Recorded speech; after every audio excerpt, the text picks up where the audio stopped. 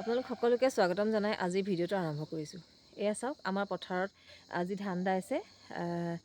কি ধুনীয়া লাগিছে চাওকচোন, ধান দাই তেনেকৈ থৈ গৈছে আৰু সেইখিনিকে মই আহিছোঁ আপোনালোকৰ লগত কথা পাতিবলৈ আহিছোঁ। মানে শুনি কিবা লাগি গৈছে, দেখি মানে কি লাগিছে মই বুজাব নোৱাৰিম।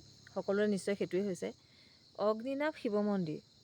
ভাবকচোন, যিভাগ মন্দিৰ বুলি ক'লে কেনেকুৱা এটা ভাৱ, কেনেকুৱা এটা ভয়, ভক্তি, সকলো যেন সকলোৰে ভাল হৈ যাব। সন্তান নোহোৱা মানুহৰ যেন সন্তান প্ৰাপ্তি হৈছে প্ৰতিটো কথাতেই। এতিয়া সেইদিনাখন মই গৈছোঁ ট্ৰেইনত, মোৰ ছোৱালীজনীৰ গাটো বেয়া হৈ যাওঁতে, তেতিয়া এজন লেঙুৰা মানুহে মানে পইচা বিচাৰি আছে যে ট্ৰেইনত আহে, তেওঁক পইচাটো দিছোঁ, দি পেলাই কৈছোঁ ছোৱালীজনীৰ গাটো বেয়া, আশীৰ্বাদ কৰি দিবাচোন। তেওঁ চিধাই কৈছে, আপুনি ইয়ালৈ আহিছে নাই? শিৱসাগৰত সেয়া দেই, আপুনি আমাৰ অগ্নিনাভ মন্দিৰলৈ আহিছেনে? মানে সকলোৰে বিশ্বাস অগ্নিনাভ মন্দিৰ। আৰু সেই যে অগ্নিনাভ মন্দিৰৰ শিৱ বাবাক কিদৰে বাৰু চুৰ কৰি লৈ গ'ল দেখিছেনে? আৰু ভগৱান যে আছে পৃথিৱীত, কিদৰে প্ৰমাণ দেখুৱালে বা আপোনালোকে ভাবি চাওকচোন।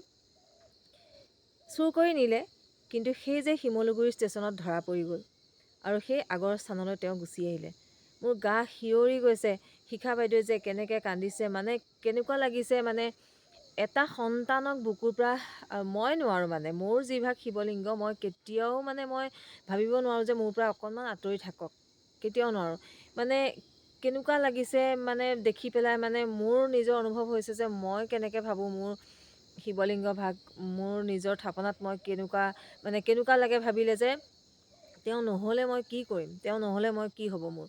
সেইহেন মোৰতো নিজৰ গোসাঁই ঘৰহে, কিন্তু তেওঁৰতো সেয়া অগ্নিনাভ বাবাৰ মন্দিৰ। গোটেই পৃথিৱীখনত নজনা মানুহ নাই, তালৈ নোযোৱা মানুহ নাই। যিকোনো প্ৰকাৰে চুঁচৰি বাগৰি অগ্নিনাভ বাবাৰ মন্দিৰলৈ যাবই, আৰু যেন আগ কৰিলেই যেন সকলোৱে ফল পায়, সেইটো প্ৰমাণিত হৈ আহিছে। গতিকে সেই শিৱ মূৰ্তিভাগ কিদৰে নিলে বাৰু উঠুৱাই, ভাবকচোন। এনেকুৱাও মানুহ পৃথিৱীত আছে নহয়।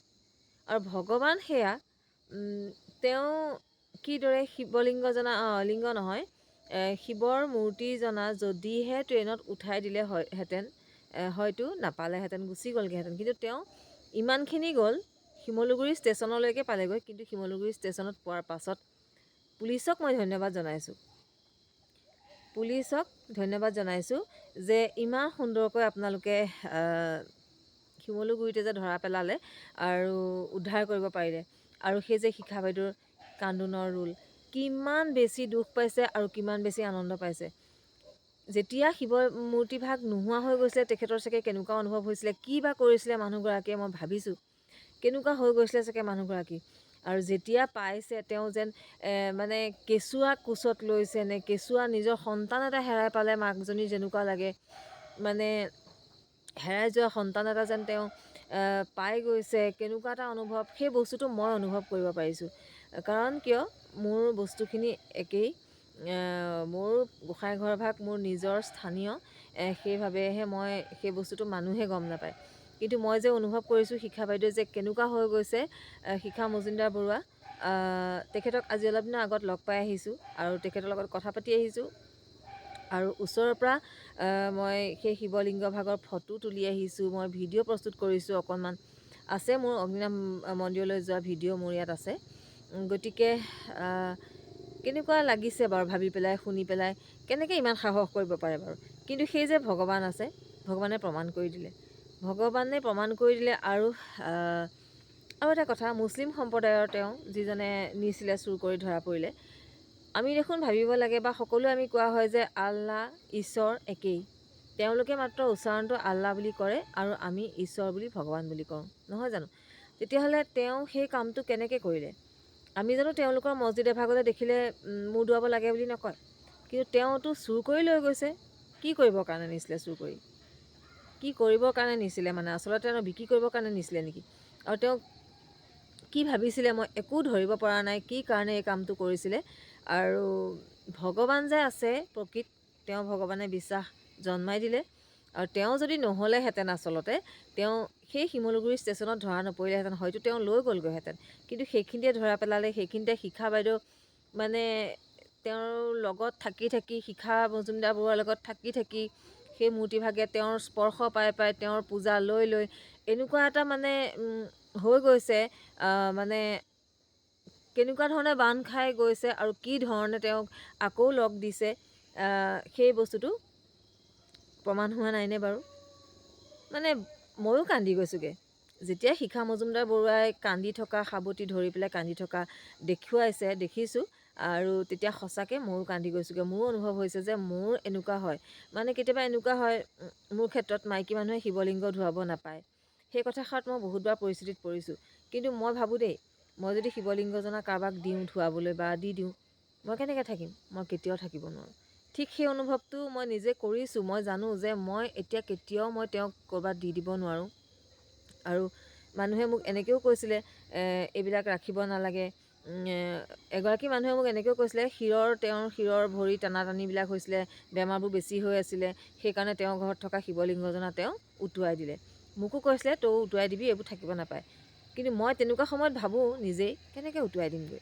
আৰু মানুহগৰাকীৰ কেনেকুৱা চিন্তাধাৰা, ভগৱানৰ মূৰ্তি বা লিংগজনা তেওঁ উটুৱাই দিবগৈ পাৰিছে ঘৰখনৰ পৰা, তেওঁৰ নিজৰ স্বাস্থ্যটো বেয়া বুলি সন্দেহ কৰি যে সেই লিংগজনাৰ কাৰণে হৈছে। কিন্তু মই কেতিয়াও নোৱাৰোঁ। তাৰমানে সেই যে নোৱাৰোঁ, কিয় নোৱাৰোঁ? সেই আন্তৰিকতাখিনি, সেই টানখিনি, সেই যে কেনেকুৱা ধৰণৰ সেই সম্পৰ্কটো আচলতে মই অনুভৱ কৰিব পাৰিছোঁ। আৰু শিখা বাইদেউটো আৰু বহুত বেছি, কাৰণ তেওঁ ভক্তৰ সমাগম সেই ভাগত। অগ্নিনাভ শিৱ মন্দিৰৰ কথা আৰু ক'ব লগা একোৱেই নাই। আমি সকলোৱে জানো, সকলোৱে পৰিচিত। আৰু সেই শিৱ বাবাক চুৰ কৰি লৈ গৈছিলে এজন মুছলিম সম্প্ৰদায়ৰ মানুহে চুৰ কৰি। আৰু তেওঁ কি দেখাব খুজিছিলে? কিন্তু সেয়া ভগৱানে দেখাই দিলে যে তেওঁ প্ৰকৃততে কি, ভগৱান আচলতে কি হয়, তেওঁৰ সেই শক্তিখিনি কি হয়, সেইখিনি তেওঁ আকৌ শিখা মজুমদাৰ বৰুৱাৰ স্থানলৈ, অগ্নিনাভ বাবাৰ নাম লৈ তেওঁ প্ৰতিষ্ঠা হৈ আছিলে, তেওঁৰ জেগালৈ তেওঁ পুনৰ উভতি আহিবৰ কাৰণে তেওঁ পুলিচক ধৰা দিয়ালে। আৰু সেইবাবেই কৈছোঁ, ভগৱান সেয়া সাক্ষাৎ থকাৰ প্ৰমাণ নহয় জানো? আৰু সেই যে শিখা বাইদেউৰ প্ৰকৃত ভক্তি, আন্তৰিকতা, কিদৰে তেওঁক ৰাখিছে, কেনেকৈ মৰম কৰি, কিমান শ্ৰদ্ধা ভক্তিত কেনেকৈ যে ৰাখিছে, সেইখিনিনো কিয় ভগৱানে বাৰু অথলে যাবলৈ দিব নহয় জানো? প্ৰভুৱে নিজেও জানে যে সেই মানুহগৰাকী কি হ'ব, সেই মানুহগৰাকী কি হ'ব যদি মোক এনেকৈ লৈ যায় বা মই যদি নাথাকোঁ। গতিকে সেই অনুভৱটো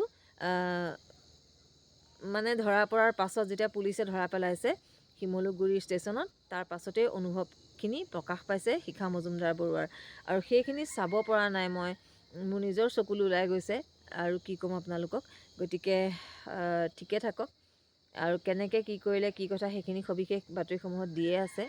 আৰু সেইবাবে মই মানে মনটো মোৰ বহুত বেছি ভালো লাগিছে, পাই গ'ল যিহেতু। আৰু বহুত বেছি আচৰিত লাগিছে যে কি সাহস কৰিব পাৰিলে, কেনেকৈ সাহস কৰিব পাৰিলে, পুতলা খেলা বুলি ভাবিছিলে নেকি সেইবিলাক বস্তু? আৰু ভগৱানৰ যে সেই শক্তিকণ দেখালে ভগৱানে, যে মই আছোঁ আৰু মই নিজৰ জেগালৈ যাম। সেইবাবেই পুলিচে ধৰা পেলালে, ইমান কম সময়ৰ ভিতৰত শিমলুগুৰি ষ্টেচনত ধৰা পেলাব পাৰিলে। গতিকে আপোনালোকৰ অনুভৱ কি জনাবচোন। মোৰ অনুভৱখিনিও আপোনালোকক জনালোঁ। গতিকে আজিলৈ আহোঁ, পুনৰ এটা নতুন ভিডিঅ'ৰ সৈতে আপোনালোকৰ মাজলৈ আহি আছোঁ। ধন্যবাদ।